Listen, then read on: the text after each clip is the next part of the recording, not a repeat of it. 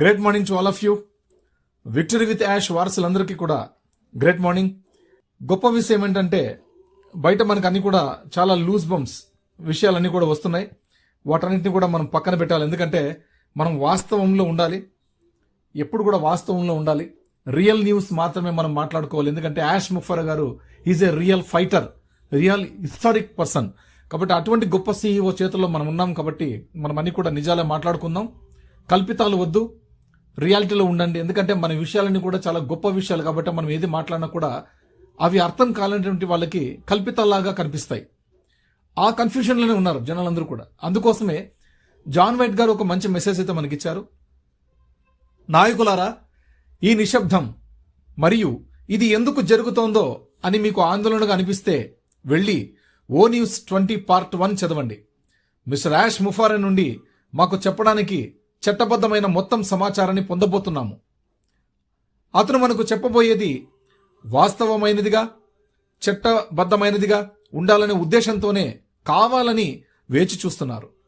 అతను ఆలస్యం చేయడం లేదు. కాబట్టి మీరు విక్టరీ విత్ యాష్ ప్లాట్ఫామ్లోకి ఆహ్వానించిన వ్యక్తులు మీ ఆలోచనలను నియంత్రించనివ్వకండి. వారు మనల్ని చూసి నవ్వనివ్వకండి మరియు మన సీఈఓపై అవమానాలు చేయనివ్వకండి. మనం మన కొత్త కంపెనీలో అభివృద్ధి చెందడం చూసినప్పుడు వారి నవ్వు ఏడుపుగా మారుతుంది. విక్టరీ విత్ యాష్లోనూ మా విశ్వాసం బలంగా ఉంది. కలిసి మనం ఎదుగుదాం, పునః ప్రారంభిద్దాం, దృష్టి కేంద్రీకరిద్దాం. ధన్యవాదాలు. ఇది అందరు నాయకులకు గొప్ప వార్త. నవ్వుతూ ఉండండి మరియు ప్రకాశిస్తూ ఉండండి. ఇది మనకు జాన్ వైట్ గారు ఇచ్చినటువంటి మెసేజ్. అలాగే ఒక 2 days బ్యాక్, ఒక 2 రోజుల క్రితం మనకు ఒక అద్భుతమైనటువంటి మెసేజ్ని అయితే రెడ్ గారు ఇవ్వడం జరిగింది. అప్రిషియేషన్ అనే ఒక కంటెంట్ అయితే తీసుకొచ్చారు. అది ఎంతమందికి అర్థమైందో ఏమో నాకైతే తెలియదు. కానీ మనం ఆ అప్రిషియేషన్ కంటెంట్ని 1కి 2-3 సార్లు వినిన తర్వాత హైదరాబాద్ నుంచి రాంబాబు గారు ఉన్నారు, మన ప్రౌడ్ ఫౌండర్. ఆయన ద్వారా మనం కలిసి మాట్లాడుకున్న తర్వాత అతను తెలుగులో ట్రాన్స్లేట్ చేసి ఇబ్బంది ఉండకూడదు, ప్రతి ఒక్కరికి అర్థం కావాలనే ఉద్దేశంతో ఆ మెసేజ్ను మనకు ఫార్వర్డ్ చేయడం జరిగింది. ఆ యొక్క మెసేజ్ ఇన్ఫర్మేషన్ని ఈరోజు మీ అందరితో పంచుకోవడం నాకు చాలా సంతోషంగా ఉంది. ఈ వీడియోలో కృతజ్ఞత అంటే అప్రిసియేషన్ యొక్క ప్రాముఖ్యతను ప్రత్యేకంగా వ్యాపార రంగంలో ఎంత అవసరమో వివరించారు. నేటి ప్రపంచంలో కృతజ్ఞత కొరతగా ఉందని స్పీకర్ చెబుతున్నారు. స్పీకర్ రెడ్ఫన్ తన ఫేస్బుక్ గ్రూప్ అడ్మిన్ టీం పట్ల తన వ్యక్తిగత కృతజ్ఞతను వ్యక్తం చేస్తారు. వారి నిబద్ధత, విశ్వాసం, కష్టపడి పనిచేసే స్వభావాన్ని ప్రశంసిస్తూ వారు లేకపోతే ఈ కమ్యూనిటీ సాధ్యపడేదే కాదని చెబుతారు. వ్యాపారంలో కృతజ్ఞతపై ముఖ్యమైన విషయాలు మనం ఖచ్చితంగా తెలుసుకోవాలనే విషయాలు.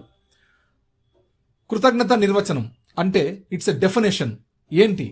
వ్యాపారంలో కృతజ్ఞత అనేది ఉద్యోగులు, కస్టమర్లు లేదా భాగస్వామ్యులను గుర్తించి వారి విలువను అంగీకరించడం. దీనివల్ల విశ్వాసం పెరుగుతుంది, ఉత్పాదకత మెరుగవుతుంది, లాభాలు పెరుగుతాయి.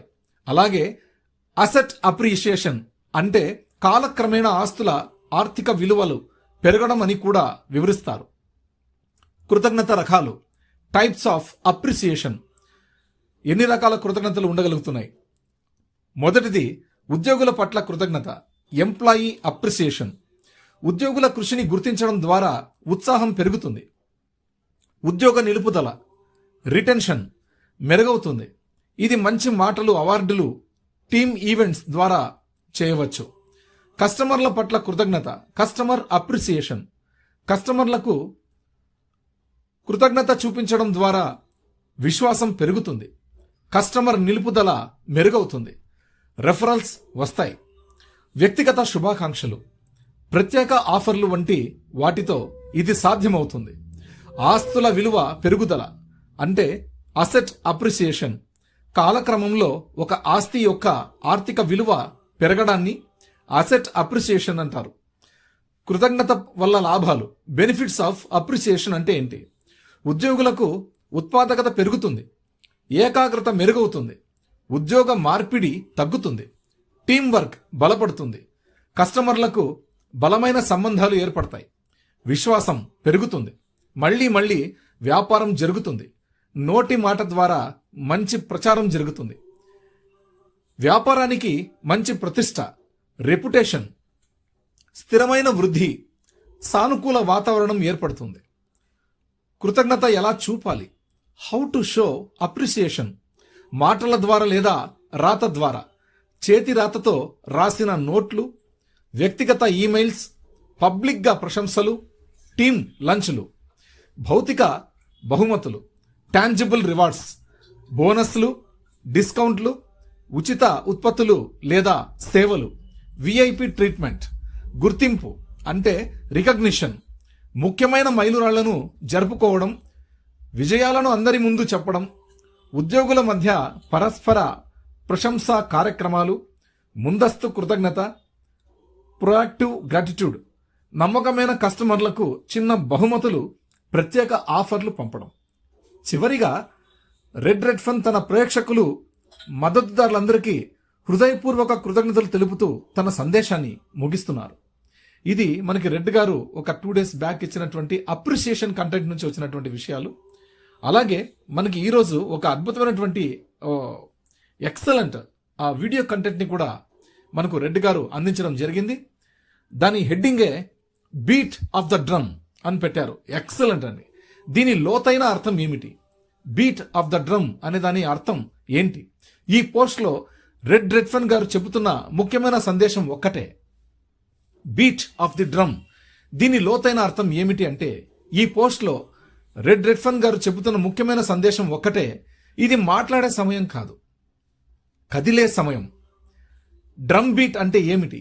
డ్రమ్ కొట్టినప్పుడు ఎలా అయితే అందరూ ఒకే రిథంలో నడుస్తారో, అలాగే ఆన్ పాసివ్ ప్రయాణంలో కూడా ఇప్పుడు ఒకే టైమింగ్, ఒకే యాక్షన్, ఒకే ఫోకస్ అవసరమని సూచన. టైమింగ్ ఎందుకు హైలైట్ చేశారు? జనవరి 16, 12 గంటలకి మధ్యాహ్నం 5 గంటలకి ఇంగ్లాండ్లో. ఇది సాధారణ లైవ్ కాదు. ఇప్పుడు అలర్ట్ అవ్వండి అనే పిలుపు. అవకాశాలు వచ్చేటప్పుడు సిద్ధంగా ఉన్నవారికే దక్కుతాయి. ఈ లైవ్ నుంచి మనం ఏమి నేర్చుకోవాలి? నమ్మకం, బిలీఫ్. డ్రమ్ బీట్ వినిపించినప్పుడు సందేహం కాదు, స్పందన ఉండాలి. ఆన్ ప్యాసివ్లో ఉన్నామంటే నమ్మకం ప్లస్ ఓర్పు ప్లస్ యాక్షన్. గుర్తించండి మై డియర్ ఫౌండర్స్, క్రమశిక్షణ, డిసిప్లైన్. డ్రమ్ బీట్ ఒకే రిథంలో ఉంటుంది. రోజు ట్రైనింగ్, రోజు అప్డేట్స్, రోజు కనెక్ట్. ఇవే విజేతల లక్షణాలు. నాయకత్వం, లీడర్షిప్. డ్రమ్ ముందుండి కొడుతుంది. అలాగే మీరు కూడా మీ టీంను ముందుకు నడిపించాలి. లైవ్లను మిస్ కాకూడదు. ఇన్ఫర్మేషన్ను షేర్ చేయాలి. Victory with Yash and red రెడ్ఫన్ ఎందుకు ముఖ్యులు? మీరు శబ్దం చేసే నాయకులు కాదు, దిశ చూపించే నాయకులు. ఇప్పుడు వినిపిస్తున్న drum beat on passive launch కు ముందున్న action alert. Ladies and gents group కి పవర్ లైన్. డ్రమ్ మోగితే ఆలోచించరు, అడుగు వేస్తారు. ఈ రోజు వినేవాళ్ళం కాదు, కదిలే వాళ్ళం అవుదాం. ఆన్ పాసివ్లో మన టైం వచ్చేసింది.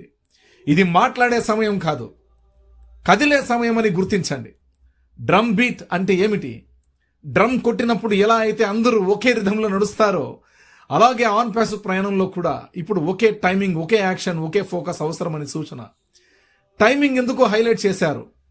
జనవరి 16 మధ్యాహ్నం 12 గంటలకి లోకల్ టైమింగ్. యునైటెడ్ కింగ్డమ్ ఇంగ్లాండ్లో 5 గంటలకు సాయంత్రం. ఇది సాధారణ లైవ్ కాదు. ఇప్పుడు అలర్ట్ అవ్వండి అనే పిలుపు అవకాశాలు వచ్చేటప్పుడు సిద్ధంగా ఉన్నవారికే దక్కుతాయి. ఇది మరొకసారి రెండోసారి చెబుతున్నామంటే అది మీకోసమే. ఈ లైవ్ నుంచి మనం ఏమి నేర్చుకోవాలి? నమ్మకం, బిలీఫ్.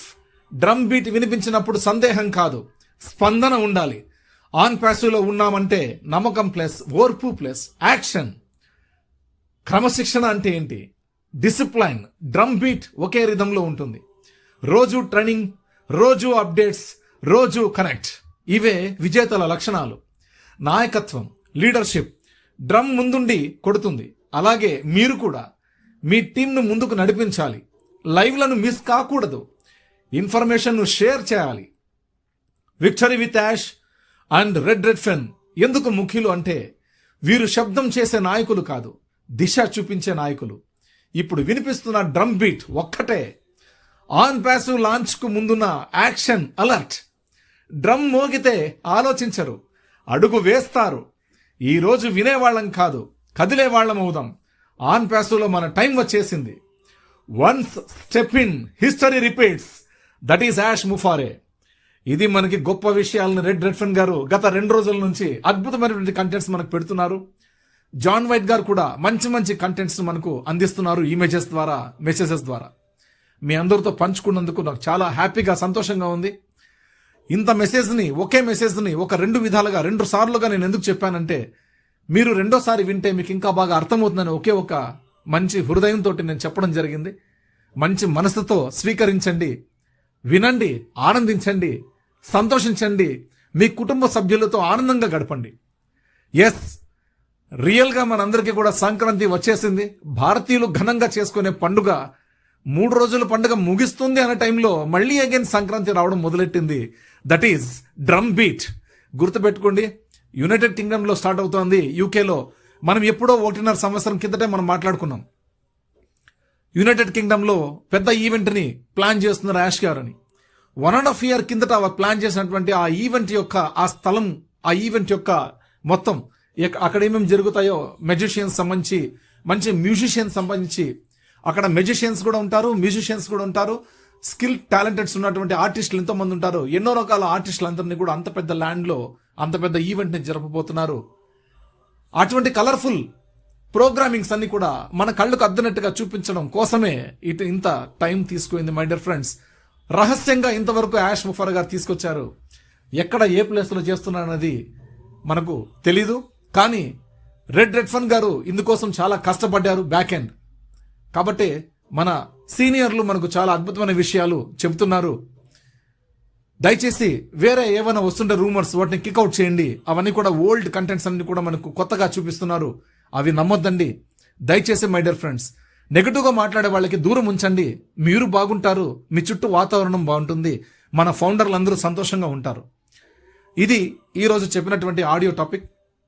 మీ అందరూ ఈ ఆడియో టాపిక్ని వినిన తర్వాత దయచేసి ఒక చిన్న ఈమోజీ, మీకు నచ్చిన ఈమోజీ, ప్లీజ్ ఒక ఈమోజీ ఇస్తారని మనస్ఫూర్తిగా కోరుకుంటూ